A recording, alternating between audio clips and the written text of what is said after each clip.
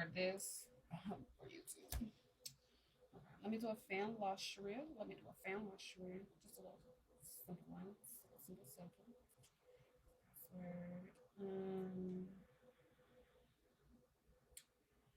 Password.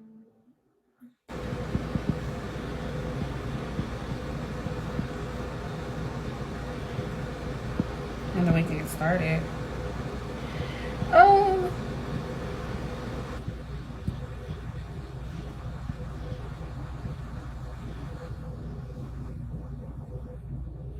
Oh, that was ghetto.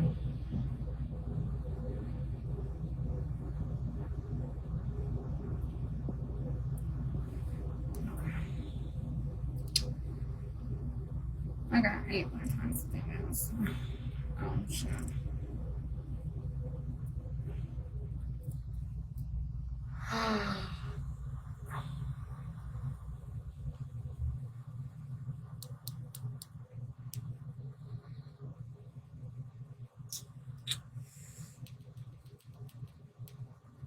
It wouldn't let me do murder mystery.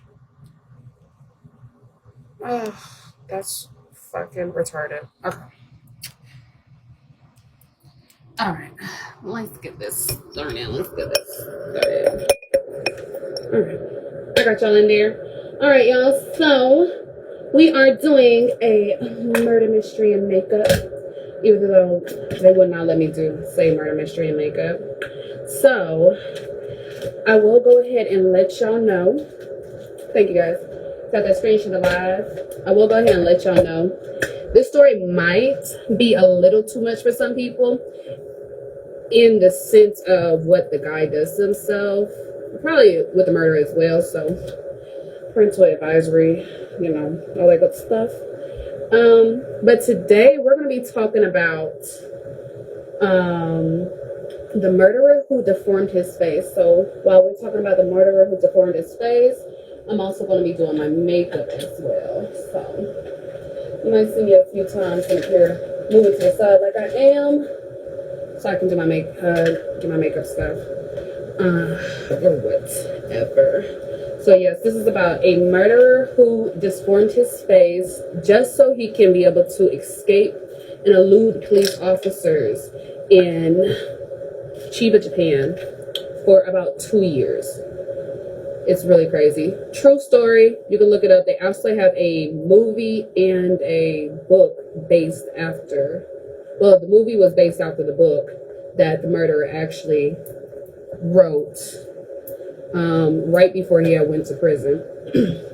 So I will go ahead and let you know that I am going to be doing the backstories of the people who are involved, just because sometimes the backstories do kind of play a part of why a person turns out the way that they are. Not saying that it's right, but it does kind of play a part in that shit. So like I said, we're talking about the murderer who deformed his face. So the victim's name was Lizzie Hawker.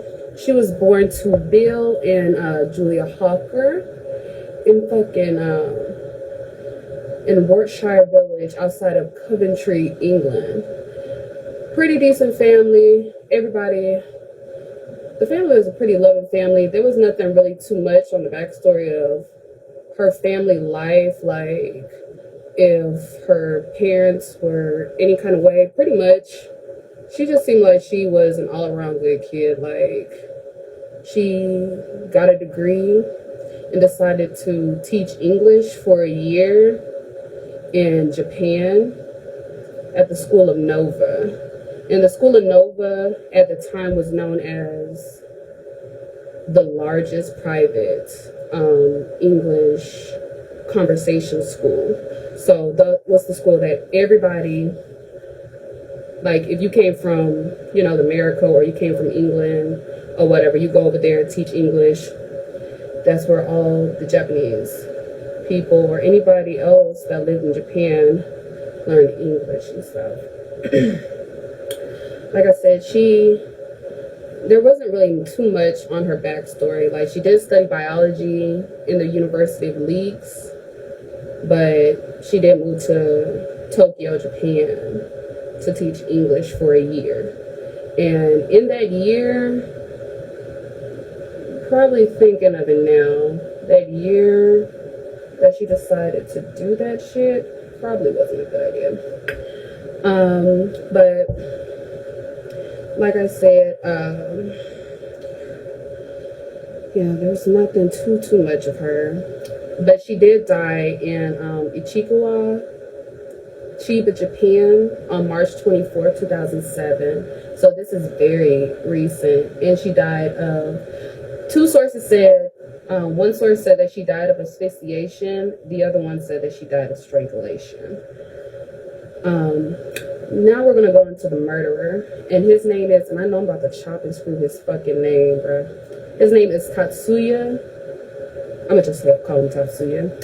But he was actually born in Gifu, the prefecture, on January 5th, 1979. He grew up in Gifu and also in Chiba Prefecture as well. And that was actually east of Tokyo. Thank you guys. It's really crazy. But his mother was a dentist and his father was actually a medical nurse, a medical doctor. There wasn't too much on the backstory of his family as well. Like, I couldn't find anything on his family, like, as far as, like, if he was abused or if anything like that happened with him and his family. It seemed like he came from a pretty good family as well. But, yeah, it's crazy.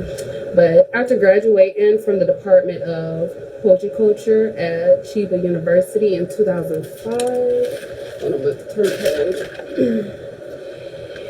He actually didn't work, and he actually lived off an allowance of about 100,000 yens, which was around $760 in US dollars.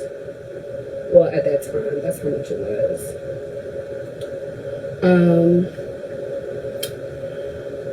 And he actually got that from his parents. His parents actually made pretty decent money, so they were able to give him an allowance since he didn't work and stuff like that. He actually had no previous convictions before this conviction that he had faced, but he did go through where he was accused of, he was the subject of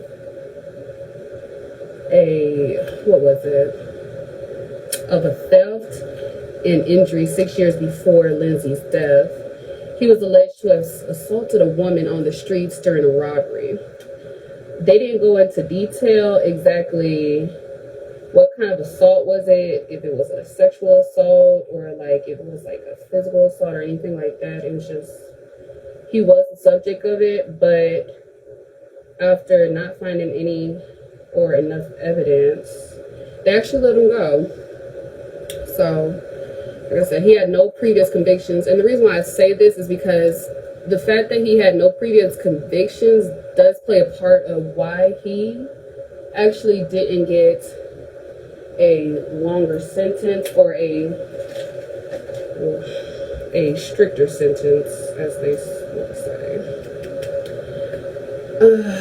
And actually at that time, he was actually in a 1-year relationship before he actually did this shit to Lindsay. And he was also very interested in, violent manga, which the media had thought played a part of why he did what he did. So that's the backstories of the victim and the murderer. So now we're going to get into how they actually met. So one day, Lindsay was getting home off of work, and she had to catch the train to get home. She sees this guy, he's following her, and comes up and approaches her and is like, "Oh, you're my English teacher, aren't you? Can you please confirm that?" She looking at him like, "Nigga, I don't know who the fuck you are. Like, who the fuck are you?" But instead of letting somebody know, she literally just keeps going on about her business, knowing that the guy is stalking her.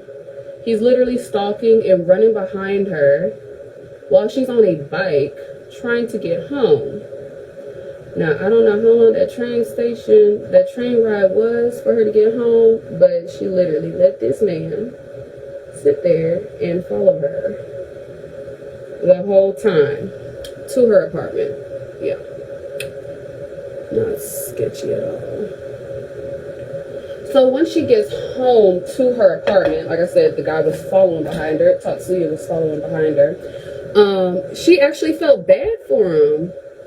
Like, bad to the point where she was like, oh, well, you know what? Despite the fact that you were running after me and chasing after me and following me, thinking I was your English teacher when I'm obviously not, I'm just going to go ahead and invite you upstairs to my apartment, or flat as they call it in England. I learned that last week. She was like, I'm gonna invite you upstairs, give you a cup of water, because I know you must be tired and parched. That's very smart, especially since the guy was sitting up here chasing you. Very smart.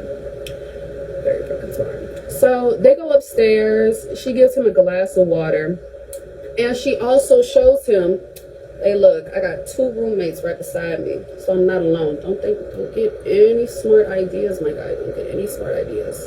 On my soul, don't get any fucking smart ideas. The guy's just looking, acting normal, casual, even though he was being a fucking weirdo, chasing her home. So while they're there, I guess he was there long enough for him to make a little drawing sketch of her. And literally made a whole little sketch of her face, left his name, his phone number, and his email address so she could reach him, because they decided that it was a smart idea for them to meet up at a cafe a few days later to do some English teaching lessons. Very smart. Yeah, very fucking smart. So after he leaves, and of course he left his phone number and stuff like that, Lindsay calls her boyfriend. Lindsay had a long-term boyfriend. I guess she had a boyfriend before she moved from England to Japan.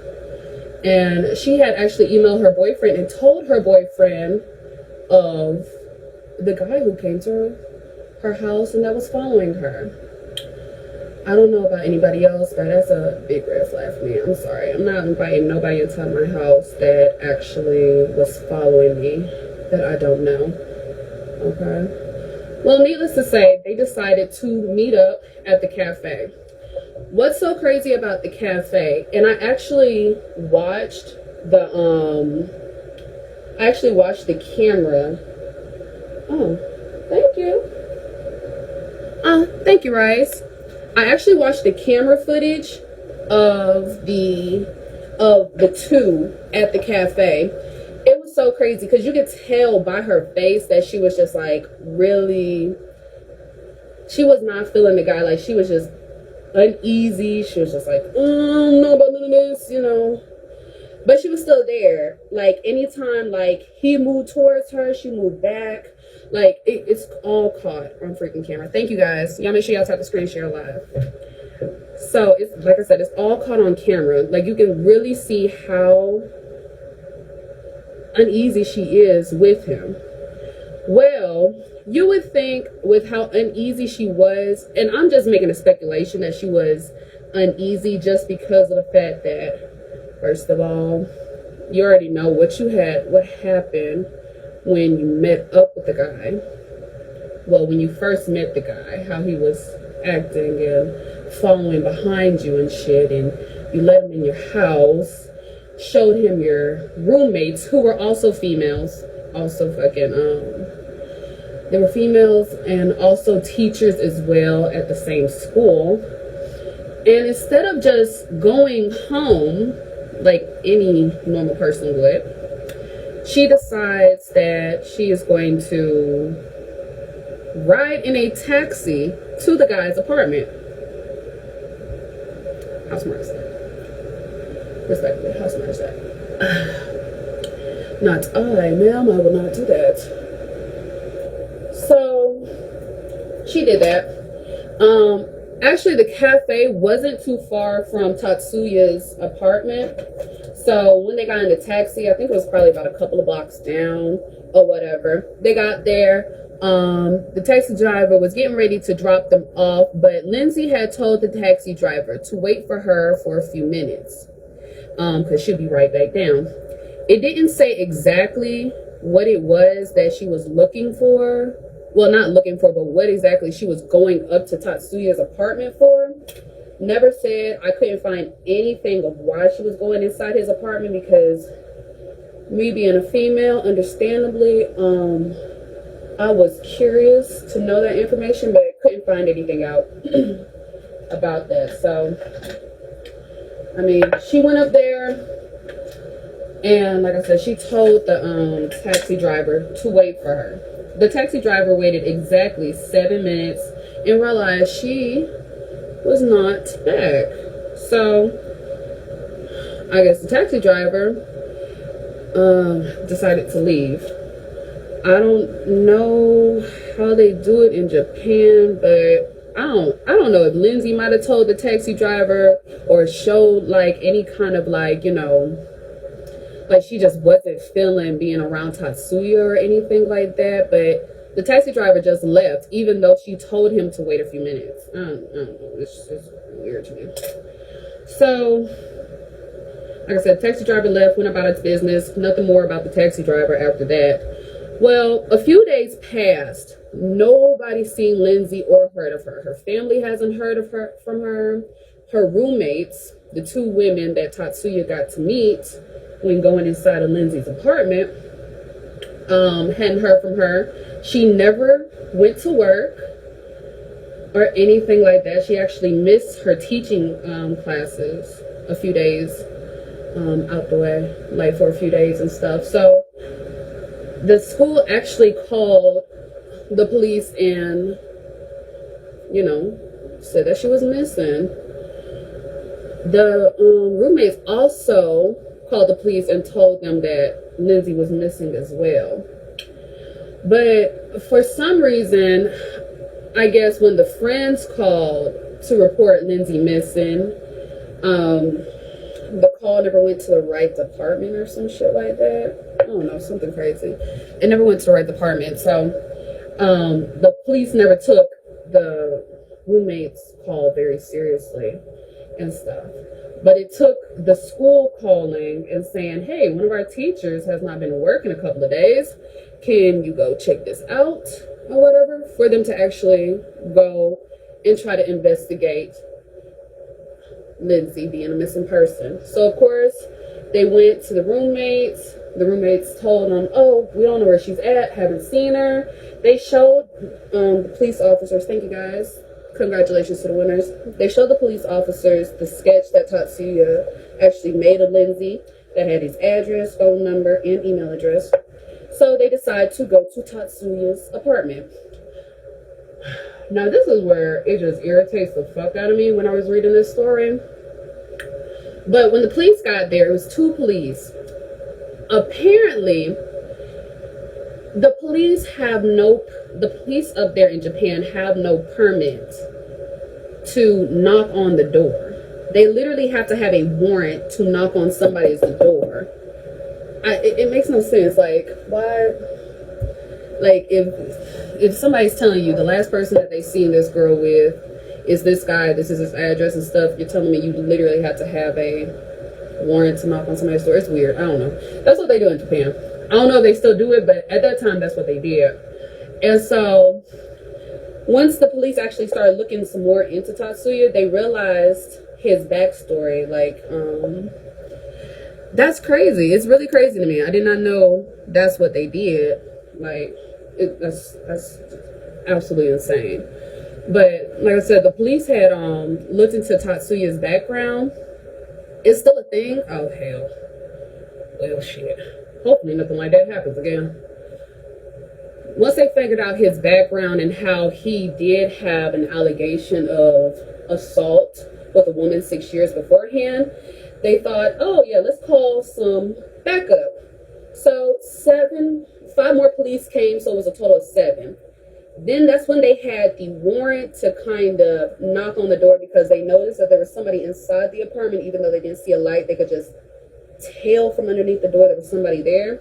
So 2 hours after they got to Tatsuya's apartment at 5:50, 5:40, 7:40, that's when they actually knocked on the door. Once they knocked on the door, Tatsuya opens the door. He has no shoes on, a rucksack, all that.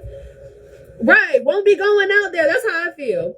He has a rucksack, no shoes on, nothing, like clothes on. He sees all these police officers. Why is it that this nigga is literally able to run away? He was able to evade 7 officers standing at his door. Make it make sense. Somebody in this live, make it make sense. How is it this guy, and I seen pictures of him, he was a pretty small guy. You were able to evade and get away from 7 police officers standing at your door. And one police officer was able to grab his rucksack, but didn't grab him. So he was able to get away, barefoot and all. And what was so crazy as well is that none of them had any walkie-talkies, so they could not let the police officers downstairs know, like, hey, the guy ran away. Somebody come get him. He's going down the stairs. So he was literally able to get away. Now, this is where the crazy part happens, the scene of the crime. When police officers actually came inside, they found items scattered all over the place, which were Lindsay's items, stuff from her backpack, clothes and stuff. They go outside the balcony and they see a tub with some soil, compost, and some sand, and a hand sticking out. When they, dug up the dirt, they found Lindsay. They saw bruises over her. She had laceration marks around her neck. Yeah.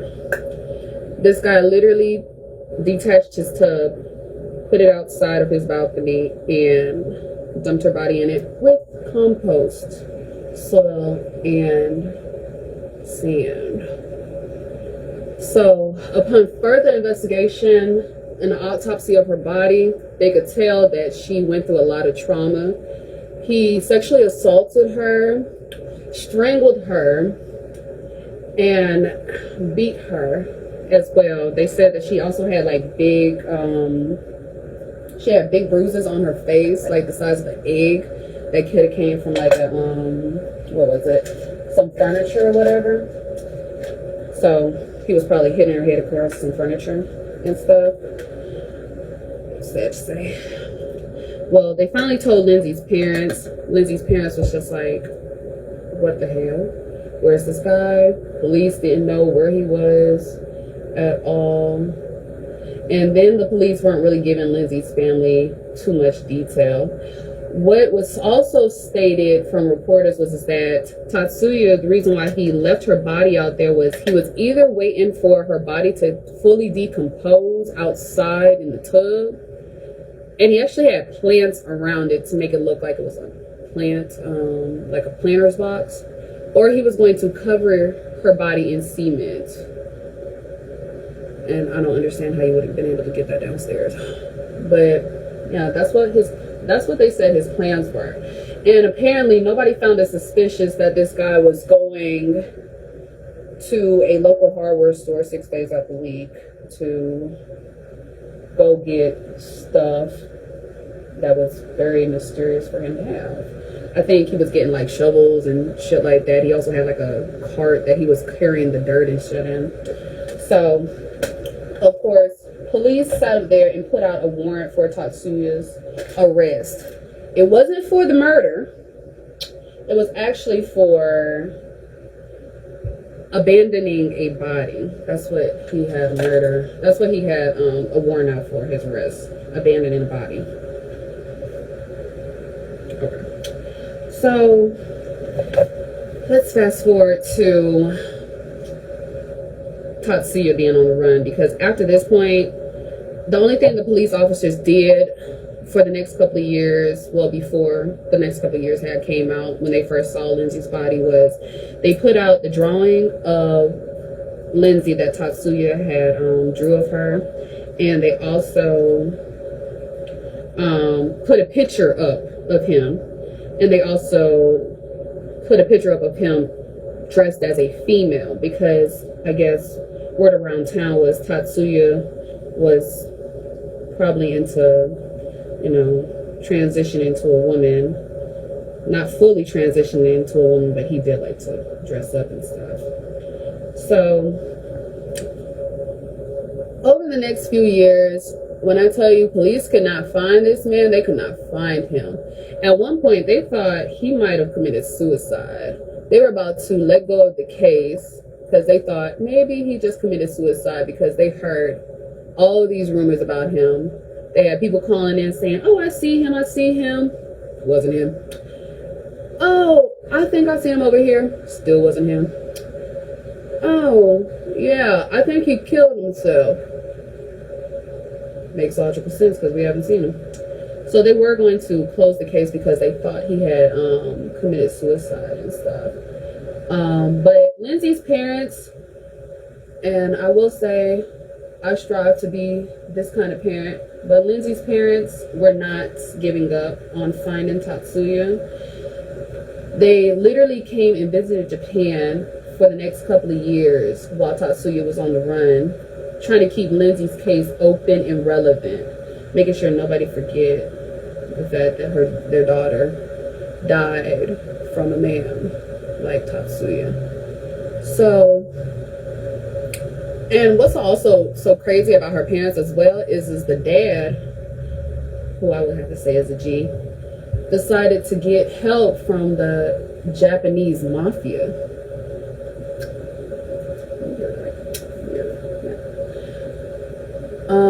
So, like I said, over the next few years, Tatsuya was on the run. He actually hopped different islands and shit of Japan.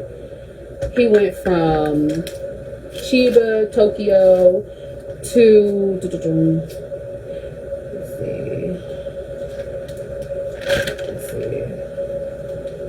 let's see, where all did he go? They thought he went to Philippines, all that good stuff, but he actually went from Japan. He actually held down a job as well while he was on the run. And during the time while he was on the run too, he actually performed his own cosmetic surgery.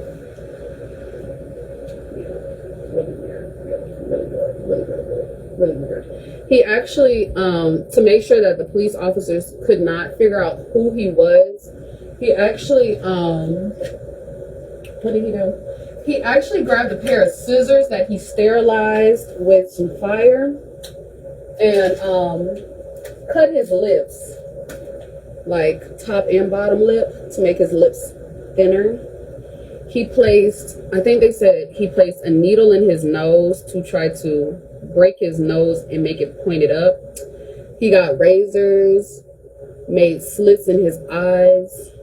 He literally performed his own plastic surgery just to hide from police officers, just so nobody.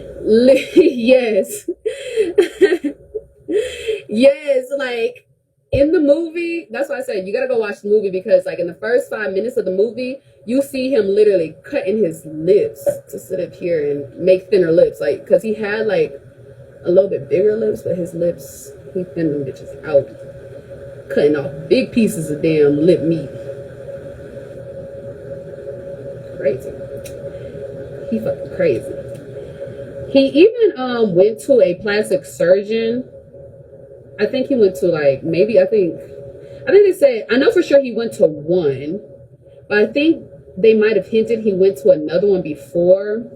And that was to help with his nose, I guess, to make his nose a little bit smaller or something like that, a little bit wider or whatever.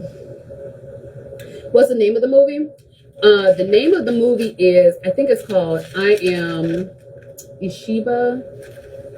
I think that's what it's called. I got it written down.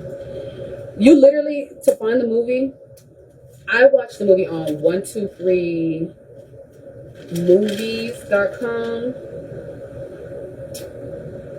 Yeah, it's I Am Ichihashi, the Journal of a Murderer. I had to go to 123movie.com to go watch the movie. It's in, of course, it's in Japanese, but they do got English subtext. Now she watching. I sure enough did watch that movie illegally because I couldn't find it nowhere else. And respectfully, I'm glad that they did show it nowhere else. But yes, he did go to, I know for sure he went to one plastic surgeon, but I think they hinted on the fact that he went to two. But the second one that he actually went to, he was so sloppy in his work to try to evade police officers that he forgot that he probably shouldn't have let the plastic surgeon take a before and after picture of him or whatever. So he let the plastic surgeon take a before and after picture of him. And the before picture was the before of when he sat up there and actually did his own cosmetic surgery. And the after was what the plastic surgeon actually did. And what was so crazy was around that time that he got the plastic surgery, the police actually upped the reward for any information that led to his arrest from 1 million yen to 10 million yen. I didn't get the conversion rate of how much that was going to be. And so when the plastic surgeon actually saw that, of course, gave the police the before and after picture. The police actually put those pictures up and stuff, and his co-workers recognized them and was like, hey, this is the guy that works with me. Right. That's a lot of money over there. That's literally a whole lot of money over there. But the police officers were just like, well, not the police officers, his co-workers were just like, hey, I know him. He works with us. Yep, that's the guy. They were sitting up here. Everybody was snitching on him. They were like, oh, I seen him. I seen him here. I seen him there. I seen him everywhere. It's crazy. So now the police are like, okay, so we're zooming in on this guy. And he was actually on another, kind of like an island. Hey, HK Crusher Moore. Co-workers weren't shit. On my soul, the co-workers weren't shit. They were literally telling on this man. They were like, They were like, oh, y'all up the reward? And we've been working with this nigga for about a year or so, or 6 months. I think it was 6 months he was working with them before they told on his ass. But they knew they were coming closer to him. Actually, one of the ferry workers on a ferry that he actually had just got on to try to evade police again, because he knew that the police were on his ass once he started realizing that his new, his new plastic surgery pictures were up and shit.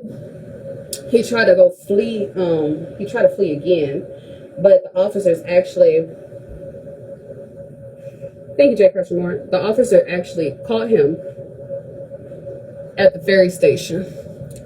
Once they caught him at the ferry station, of course, he did not confess to anything.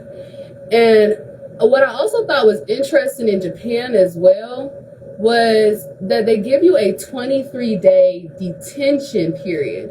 So whatever kind of crime you commit, you have 23 days to sit there and not say shit. You don't have to confess to a murder. You don't have to, do shit. Like, you can just contemplate your next move. I mean, you're locked up, but you're locked up without having to say a fuck ass thing. After that, then yeah, they're gonna try to sentence you and stuff like that. But he actually stayed there the whole 23 days that he was during that detention. And this was without charge. So no charges were placed against him except for the abandoning a body charge.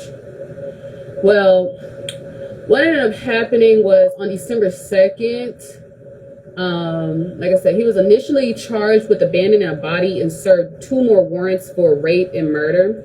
And Tatsuya's lawyers alleged that he was threatened with the death penalty if he did not speak. And that the reason why he wasn't speaking was because of the stress and the fatigue that he endured with running for all those years away from the cops. And he only ran for 2 years. I don't know much sweating and stress that you can do in 2 year time period. And you're working and shit, but okay. So,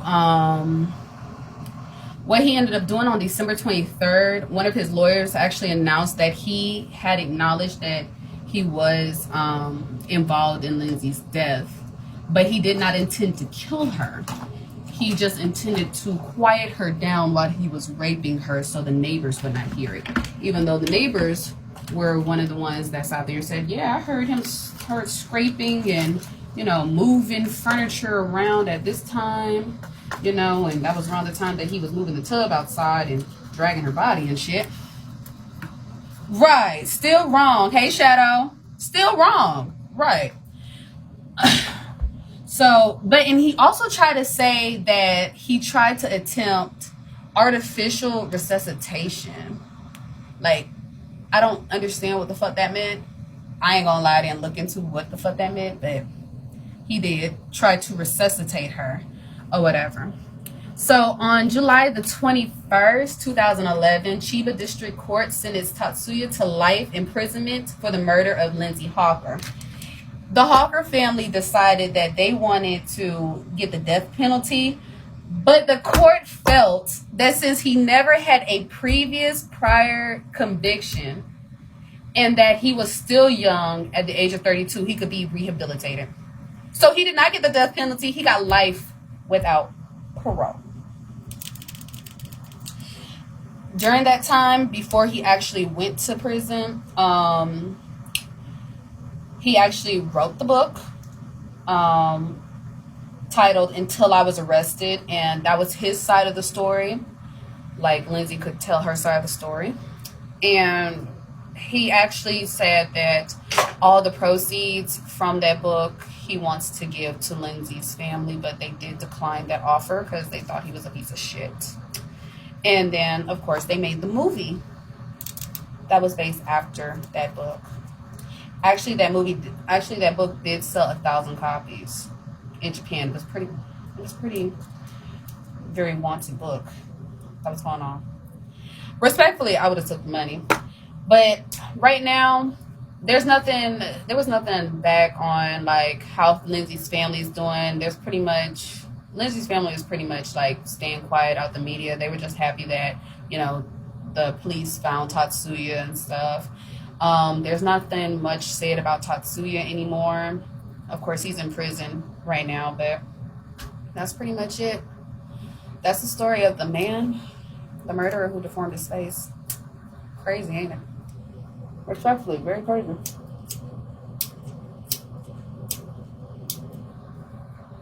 Very respectfully, very crazy. Hold on.